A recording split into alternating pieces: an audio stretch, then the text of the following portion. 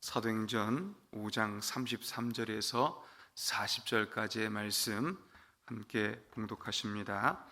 그들이 듣고 크게 노하여 사도들을 없이 하고자 할새 바리새인 가말리엘은 율법 교사로 모든 백성에게 존경을 받는 자라. 공회 중에 일어나 명하여 사도들을 잠깐 밖에 나가게 하고 말하되 이스라엘 사람들아, 너희가 이 사람들에게 대하여 어떻게 하려는지 조심하라. 이전에 드다가 일어나 스스로 선전하매 사람이 약 400명이나 따르더니 그가 죽임을 당함에 따르던 모든 사람들이 흩어져 없어졌고, 그 후 호적할 때에 갈릴리의 유다가 일어나 백성을 꿰어 따르게 하다가 그도 망한즉 따르던 모든 사람들이 흩어졌느니라. 이제 내가 너희에게 말하노니 이 사람들을 상관하지 말고 버려두라. 이 사상과 이 소행이 사람으로부터 났으면 무너질 것이요, 만일 하나님께로부터 났으면 너희가 그들을 무너뜨릴 수 없겠고 도리어 하나님을 대적하는 자가 될까 하노라 하니, 그들이 옳게 여겨 사도들을 불러들여 채찍질하며 예수의 이름으로 말하는 것을 금하고 놓으니. 아멘. 하나님께서 예수의 영, 보혜사 성령을 보내주시면서 초대교회 역사가 시작이 됐습니다. 아나니아와 삽비라 사건 이후에 하나님이 사도들에게 능력을 주시는데, 그들이 말씀을 증거할 때에 회심하는 역사가 일어나고, 또 그들의 능력, 하나님께서 주시는 능력을 통하여서 마음과 몸에 병든 자들, 귀신 들려 고통하는 자들이 치유가 되고 노임을 받는 역사들이 일어납니다. 수천 명이 하나님 앞에서 변화되는, 회심하는 일들이 사도행전에 기록이 되어 있죠. 그때 유대 종교 지도자들, 그러니까 사내들인 공회원들이 그들을 잡아다가 위협하면서 그렇게 하지 말라고, 그죠? 겁박합니다. 그런데 어디 주의 종들이 그 말에 순응을 합니까? 더 예수의 이름을 증거하기 마련이죠. 그런데 이 사내들인 공회원들이 지금 이 사도들을 잡아서 위협하고 또 그들을 겁박하는데 왜 그렇게 할까? 사내들인 공회원들, 그러니까 그 당시에 제사장들, 그죠? 그 유대 종교 지도자들, 바리새인 율법 학자들, 이 사람들이 왜 예수 이름을 증거하는 사도들을 붙잡아서 그렇게 위협을 할까? 이유가 뭘까요? 하나님에 대한 열심? 율법 때문에 그렇게 할까요? 5장 17절을 보니까 그들의 마음에 시기가 일어났다 표현합니다. 그러니까 그들은 하나님을 사랑하는 마음이 아니라 그들 마음 가운데 시기가 일어났기 때문에, 좀 더 구체적으로 표현하면 그들의 기득권이 축소될 위기에 놓이기 때문에 그렇게 하지 않을 수가 없는 것입니다. 사실 사내들인 공회는 구약에 유다 백성들이 바벨론 포로로 끌려간 이후 스룹바벨, 에스라, 느헤미야에 의하여 예루살렘으로 귀환할 즈음에 조직된 지도부 조직입니다. 그때부터 이 사내들인 공회원이 시작이 됐어요. 유다 총독, 그리고 율법 학자들, 그리고 귀인들, 총 71명이 이 사내들인 공회를 구성했었습니다. 그들은 그 당시에 동족 유대인들에게 많은 존경을 받았습니다. 그들이 권력을 앞세우지 않고 기득권을 내세우거나 주장하지 않고 자기 백성들과 고난을 함께 받고 동고동락하면서 그 민족을 하나님 앞에 다시 세우려고 그렇게 같이 수고하며 발버둥 쳤기 때문에 그랬습니다. 그런데 헬라 제국과 로마 제국을 잇는 그 장관 역사 속에 이 공회원이 변질이 되는 것입니다. 그들에게는 이 당시에 막강한 힘이 있었습니다. 유대인의 3대 절기를 주관할 수 있는 권한이 있어요. 3대 절기가 이거죠. 유월절, 칠칠절, 초막절. 이때가 되면 예루살렘으로 수많은 유대인들이 모이는데 외국에 살던 디아스포라인들까지도 다 모이는 것입니다. 그런데 그냥 모이지 않죠. 우리가 성전에 올 때 어떻게 합니까? 하나님 앞에 마음을 드리는 하나의 표징으로 헌금을 준비하듯이 그들도 큰 예물을 들고 모이는 것입니다. 그러니까 그들을 회집하기 전에 성전 창고를 다 비워놨다라는 기록이 있을 정도로 어마어마한 예물이 그 절기마다 모이는 것입니다. 그 예물 사용할 수 있는 재정 집행권도 이 사내들인 공회에 있었고요. 그리고 로마 제국이 다스리기 때문에 사법권은 없지만 그들의 종교법에 의해서 제한된 사법권을 가지고 있었습니다. 사도 바울이 다메섹으로 예수 믿는 사람들을 잡으러 갈 때에 대제사장에 가서 뭘 받아요? 공문을 받습니다. 이걸 얘기하는 거죠. 그러니까 사람들을 회집하고 모이는 예물, 헌금들을 집행할 권한을 갖고 있고 또 제한적이지만 사법권을 갖고 있는 그들의 기득권들이 예수 이름 때문에 유대교에서 개종하는 그러한 현상이 발생하니까 그러한 상황 속에서 자기들의 기득권들이 축소될 수밖에 없는 것입니다. 그래서 사도들을 붙잡는 거예요. 그래서 사도들을 핍박하려고 하는 것입니다. 하나님을 사랑해서 율법에 대한 열심 때문에 아닙니다. 그거는 하나의 명분이고요.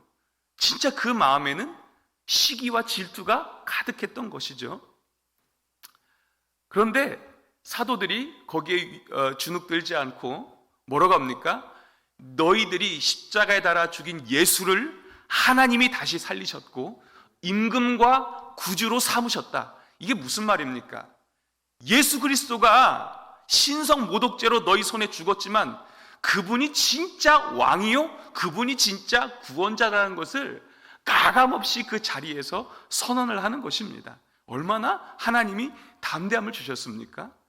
그런데 거기에 대해서 그 사내들인 공회원들이 어떻게 반응을 해요? 큰 분노가 일어났습니다. 이제 이 사람들을 예수님을 그렇게 했던 것처럼 죽이려고 해요. 이제 그때 가말리엘이 등장을 합니다. 가말리엘이라는 사람은 바리새파 율법학자인데 이 사람이 일어나서 뭐라고 하냐면 이보시오, 예전에 드다라는 사람이 일어났는데 400명이 따르지 않았소이까. 그런데 드다가 죽으니까 따르던 자들이 다 흩어졌습니다. 갈릴리 유다라는 인물도 보십시오. 그 사람을 따르는 사람들이 수없이 많았지만 그도 망한즉 따르던 자들이 다 흩어졌습니다. 그러니까 이 사람들이 행하는 것이 이 소행과 사상이 사람으로부터 말미암았으면 무너질 것이요, 만일 이것이 하나님으로부터 말미암은 것이면 이것은 우리가 막을 수도 없고 결국에는 하나님을 대적하는 것이 될 것입니다. 이렇게 얘기를 해요. 얼마나 지혜롭습니까? 40절에 보니까 그 말을 옳게 여겼다 그랬습니다. 그 대단한 사람들이 가말리엘 그 말 한마디에 그 말을 옳게 여겼다, 수긍했다, 설득을 당했다, 그 말을 확신했다라는 의미예요. 근데 이게 얼마나 대단한 표현이냐면요, 유대인들은 종교적인 부분에 있어서 정말 선동이 잘 되는 부류의 민족입니다. 감정에 한번 휘말리면 끝을 보는 민족이에요. 그런데 가말리엘 이 말 한마디에 찬물 끼얹듯 그들이 잠잠해지는 것을 발견하는 것입니다. 그 이유가 뭘까? 우리 오늘 말씀 한 구절 보겠습니다. 34절 말씀 띄워주세요. 시작. 바리새인 가말리엘은 율법교사로 모든 백성에게 존경을 받는 자라. 공회 중에 일어나 명하여 사도들을 잠깐 밖에 나가게 하고. 가말리엘은 율법교사인데, 가르치는 자인데 모든 백성에게 존경을 받는다 그랬습니다. 이게 무슨 말이냐면 가말리엘은 랍비죠, 그죠? 가르치는 자니까요, 랍비인데 그 랍비 중에 랍비를 라반이라 그럽니다. 7명밖에 없습니다. 7명 중에 1명이에요. 그리고 그 당시에 아주 중요한 두 학파가 있었는데 하나는 힐렐 학파요, 또 하나는 샴마이 학파입니다. 그런데 이 가말리엘이 힐렐 학파의 수장으로 있었다는 것이죠. 그러니까 그의 지식이 얼마나 대단했는지를 그죠? 보여주는 것이고, 사람들이 얼마나 이 가말리엘을 존경하고 따랐는지를 우리가 생각해 볼 수 있는 것이죠.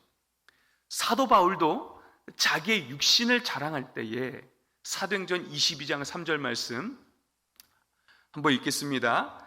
나는 유대인으로 길리기아 다소에서 났고 이 성에서 자라 가말리엘의 문화에서 우리 조상들의 율법에 엄한 교훈을 받았고 오늘 너희 모든 사람처럼 하나님께 대하여 열심히 있는 자라.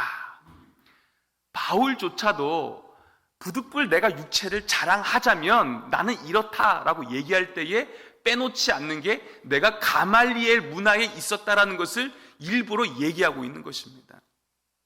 그만큼 가말리엘은 지식과 지혜와 인품 모든 것들을 겸비한 아주 대단한 인물이었다는 것이죠. 그러니까 그 말에 권위가 있는 것입니다. 한마디 하면 모든 대부분의 지도자들도 다 수긍하고 순종하는 그런 위치에 있었다는 것이죠. 그러면 우리는 여기에 한 가지 질문을 던져야 합니다. 가말리엘, 이 사람에게는 모든 것이 다 있었지만 없는 것이 하나 있습니다. 그것이 무엇일까요? 뭐가 없어요? 예수를 아는 지식과 믿음이 결여되어 있다는 것입니다. 그죠? 보세요. 모든 것을 알아요. 하나님에 대한 열심도 있어요. 율법에 대한 지식도 해박한데 예수를 몰라요. 다시 말하면 그에게 영생의 문제가 해결되지 않았다는 것입니다. 이해되시죠? 그러면 왜 성경이 이렇게 초대교회 역사 가운데 수많은 유대인들이 회심하고 개종하면서 하나님 앞에 돌아오는 이 문맥 속에 가말리엘을 뭐하러 등장시키셨나? 뭐하러 등장시키셨을까요? 한번 비교를 해보세요. 이전에 개종했던 유대인들, 서민들입니다. 그죠? 일반 사람들이에요. 그렇게 사람들에게 이렇게 부각되지 않는 수많은 3,000명, 5,000명들이 회심하고 하나님 앞에 돌아오는데, 그런데 여기 사내들인 공회원들, 수많은 대제사장들과 율법학자들과 또 이 가말리엘, 대단한 바리새파 율법학자인데 이 사람들은 예수를 몰라요. 하나님이 대비시키고 있는 거예요. 무엇을 말씀하고 싶어서? 예수하는 건 사람의 공로로, 사람의 열심으로 되는 것이 아니라는 것을 말씀해 주는 것이에요. 다시 말하면 어떻게 구원받느냐? 내 노력으로, 내 지식의 어떤 그 폭 넓은 그 지식과 그런 모든 신앙의 경험, 그러한 사회적인 위치로 구원을 얻을 수 없다라는 것을 분명하게 하나님이 보여주시는 것입니다. 그렇기 때문에 가말리엘이 여기에 등장하는 것입니다. 사랑하는 성도 여러분, 우리는 이 본문 앞에서 짧게 두 가지를 좀 나누고 싶습니다. 그러면 첫 번째는 어떻게 하면 우리가 예수를 만날 수 있냐 이겁니다. 너무 뻔하고 쉬운 질문이십니까? 어떻게 하면 예수를 그렇게 만날 수 있는가? 한번 보세요. 가말리엘도 일평생 하나님에 대한 열심이 있었습니다. 예수 몰랐어요. 바울도 그 문화에서 공부하면서 하나님에 대한 열심이 있었습니다. 그 모든 에너지를, 그 삶을 쏟아서 예수 믿는 자를 잡아 죽이려고, 그 율법에 근거해서. 예수 몰랐어요. 근데 언제 예수 알았습니까? 언제 예수 알았어요? 예수님이 먼저 찾아와 주셨어요. 만나 주셨으니까. 그죠? 만나 주셨으니까 예수를 아는 거예요. 다시 말하면 너무 뻔하고 쉬운 질문이요 답이지만 우리가 어떻게 예수를 아느냐? 만나는 거예요. 예수 만나야 아는 거예요. 카더라로 되는 게 아닙니다. 어떻다 카더라, 뭐뭐더라. 음식도 그렇지 않습니까? 맛있는 음식이 있다고 계속해서 얘기를 들어요. 카더라 카더라. 이게 진짜 맛있는지 맛없는지 어떻게 합니까? 가서 먹어봐야 아는 거예요. 먹어보니까 진짜 맛있는 걸 알고 또 추천을 하는 것 아니겠습니까? 예수도 마찬가지예요. 카더라로 되지 않습니다. 내가 소시적에 그랬더라로 되는 것이 아닙니다. 내가 만나야 거기에 능력이 있고 힘이 있고 본 자가 증인이 되는 것입니다. 그렇죠. 한번 보세요. 누가복음 24장에 엠마오로 내려가는 제자 이야기. 예수님 만나기 전에 시리에 빠졌어요. 그런데 예수님께서 모세의 글과 선지자의 글과 자기를 향하여서 기록된 모든 구약의 말씀들을 풀어주시니까 그 마음이 뜨거워지고 그 눈이 밝아지는 거예요. 만나주시니까 그때 비로소 예수 그리스도가 보이는 것입니다. 그죠? 누가 이 일을 하시죠? 누가 예수를 만나게 하실까요? 성령 하나님이시죠. 성령 하나님. 요한복음 14장 26절에 보혜사 성령께서 하시는 일이 무엇입니까? 그가 오시면 내 말을 기억나게 하시고 가르쳐 주시고 깨닫게 하신다 그랬습니다. 이게 성령의 일이에요. 요한복음 15장 26절에는 그가 나를 증언하리니 그랬습니다. 그러니까 성령이 아니고서는 우리를 예수를 만날 수도 알 수도 깨달을 수도 없는 거예요. 아무리 성경을 많이 읽고 그 지식 함량 대단하다 할지라도 수많은 시간을 교회 신앙생활에 다 바쳤다 할지라도 성령의 깨달음 없이는 예수를 알 자는 그 누구도 없다는 것을 가말리엘을 통해서 여실히 우리에게 보여주고 계시는 거예요. 에베소서 1장 8절 9절 말씀 읽겠습니다. 이는 그가 모든 지혜와 총명을 우리에게 넘치게 하사 그 뜻의 비밀을 우리에게 알리신 것이요 그의 기뻐하심을 따라 그리스도 안에서 때가 찬 경륜을 위하여 예정하신 것이니 아멘. 이게 무슨 말입니까? 2000년 전 십자가 사건은 역사적인 사건입니다. 그런데 이것을 믿고 안 믿고는 어디에서 판가름 나요? 성령께서 우리에게 모든 지혜와 총명을 넘치게 부어주셔서 그 십자가의 도를 깨닫게 하실 때에만 그것이 내 것이 되는 거예요. 그래야 예수를 만나서 구원의 자리에 이르게 되는 것입니다. 성령의 역사가 아니고서는 그리스도를 주라 시인할 인생이 없어요.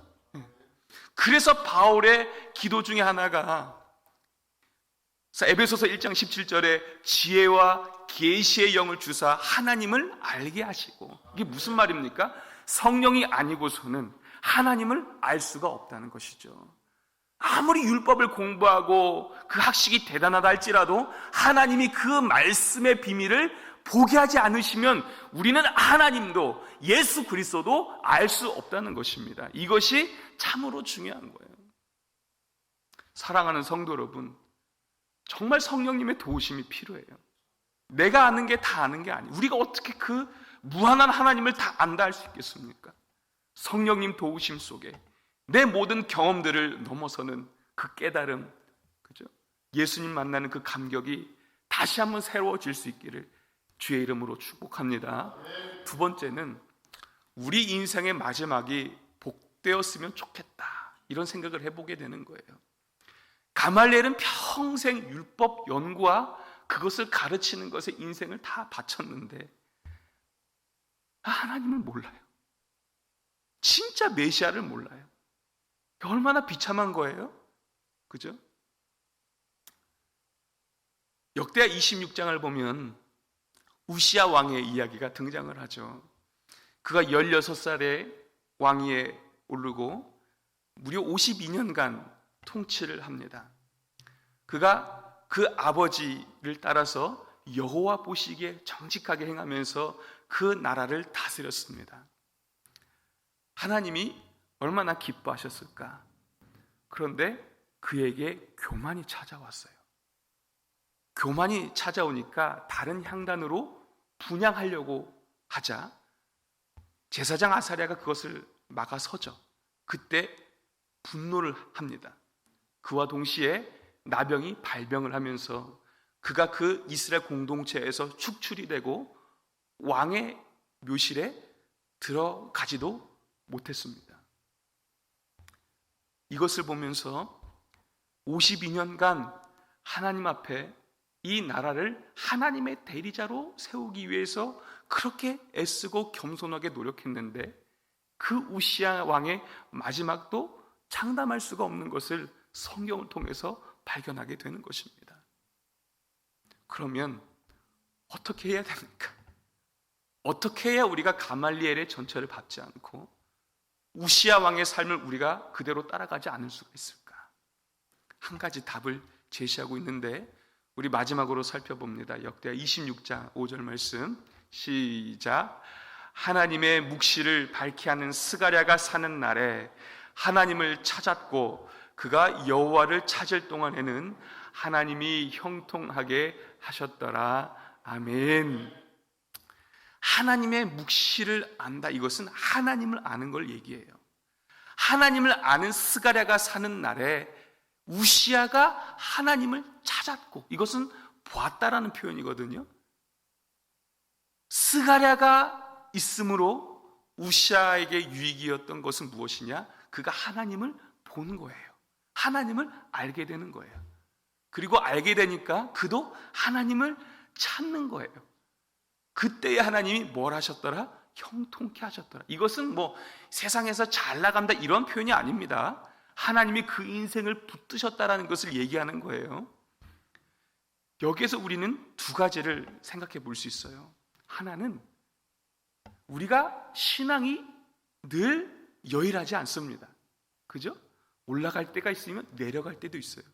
그래서 우리에게 필요한 것은 물론 하나님의 은혜가 절대적이지만 중요한 건 정말 좋은 믿음의 동역자를 내 옆에 두는 거예요. 정말 하나님 앞에 살려고 발버둥 치는 그 사람을 가까이 하면 나도 그 영향을 받게 되어 있습니다. 보세요. 10명의 정탐꾼 중에 12명의 정탐꾼 중에 10명이 원망 불평하니까 그것이 이스라엘 전역으로 퍼졌습니다. 선한 영향력이든 악한 영향력이든 우리는 가까이 하는 것에 다 영향을 받게 돼 있어요. 정말 하나님 앞에서 발버둥 치는 믿음의 사람을 옆에 동역자로 가까이 두시는 것, 이것이 연약한 우리의 인생이 할 수 있는 한 가지. 또 한 가지는 우리도 하나님을 찾는 거예요. 하나님은 말씀으로 우리에게 계시하십니다. 그죠? 이 말씀을 우리 평생에 가까이 하고 이것을 붙들 때 하나님 앞에서 우리가 이것을 가지고 씨름하면 하나님이 우리의 인생을 다스려 줄 믿으시기를 바랍니다. 말씀 마무리하겠습니다. 두 가지를 오늘 기억하시면 돼요. 예수하는 건 성령의 역사로밖에는 할 수밖에 없다. 그죠? 성령께서 깨닫게 해주셔야 예수하는 거지 우리의 신앙의 연수로 예수하는 거 아닙니다. 우리의 말씀의 지식으로 아는 거 아닙니다. 말씀에 해박한 어떤 철학자가 예수 안 믿지만 요한복음 강해 집도 냈습니다. 예수 안 믿어도 예수 몰라도 그런 척은 할 수 있습니다.